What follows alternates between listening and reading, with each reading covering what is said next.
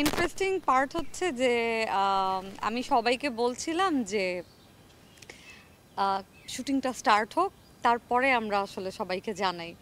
কারণ আমি তো অনেক দিন ধরে কাজ করছি, অনেকবার আসলে সিনেমার কথা হয়েছে, মোটামুটি স্ক্রিপ্টও পড়া হয়ে গেছে, মাঝে মাঝে কোনো কোনো মুভির জন্য হয়তো রিহার্সালও করা হয়ে গিয়েছিল। তো সব কিছু মিলে মুভিটা আর হয়নি। তো আমি খালি বলতাম যে মানে এইবার আসলে আমি চাচ্ছিলাম যে আগে একটু স্টার্ট হোক। আমি আসলে এখন পর্যন্ত তেমন কাউকে বলি নাই যে আগে একটু কাজ করি, কাজের পরে বলবো আর কি, এরকম একটা ব্যাপার যে নো। আম, যখন কমার্শিয়াল মুভি করার মানে একদম প্রাইম টাইম ছিল, তখন আমার ফ্যামিলি চায়নি, আমার প্যারেন্টস চায়নি আমি কাজ করি।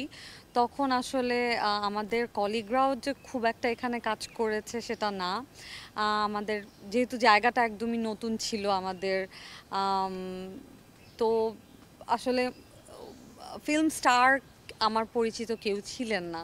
সেই জন্য আসলে মানে আমরা ভেবেছি হয়তো একদমই ধরা ছোঁয়ার বাইরে, হয়তো একদমই মানে আমি অ্যাডজাস্ট করতে পারবো না।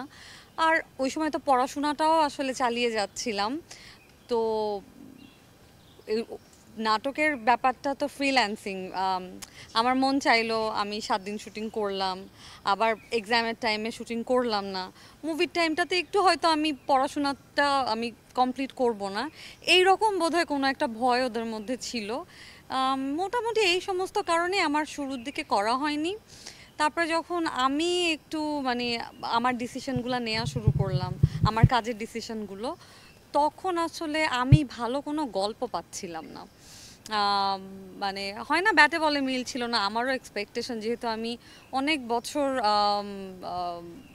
এই নাটকের জগতে আমি কাজ করেছি এবং অনেক ভালো ভালো ক্যারেক্টার আমি করেছি, যে আমার এক্সপেকটেশন ছিল যে আমার গল্পটা আর কি মানে আমি কেন্দ্রিক গল্প হলে একটু ভালো হয়, বাট সেটা তো আসলে খুব কম এরকম গল্প পাওয়া যায়, আমিও আসলে অতটা লাকি না। তারপরে এখন মানে না করতে করতে করতে করতে আমার এখন মনে হয় যে একটা অভিনয় শিল্পী আমি, মানে এই লাইফে আমার একটা মুভি থাকবে না, এটা কেমন কথা। বিকজ এটা তো হয় না যে অ্যাক্টিং ক্যারিয়ারের একটা একদম একদম ফাইনাল একটা ধাপ, যে আমার একটা মুভি থাকবে, এটা একদম সারা জীবন থেকে যাবে।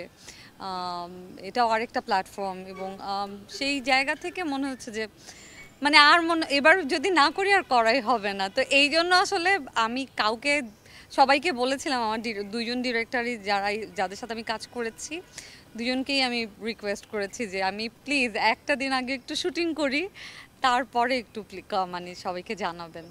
রবীন্দ্রনাথ তো আসলে জি অনেক প্রিয় জি লেখক, জি জি তাহলে অবশ্যই। নিশ্চয়ই আপনার প্রিয়। সেটা জি থেকে তার অবশ্যই। লেখা মানে টেক্সট বই থেকে আসলে মানে যাত্রা শুরু, তারপরে শখ করে মানে কিছু কিছু গল্প পড়া হয়েছে।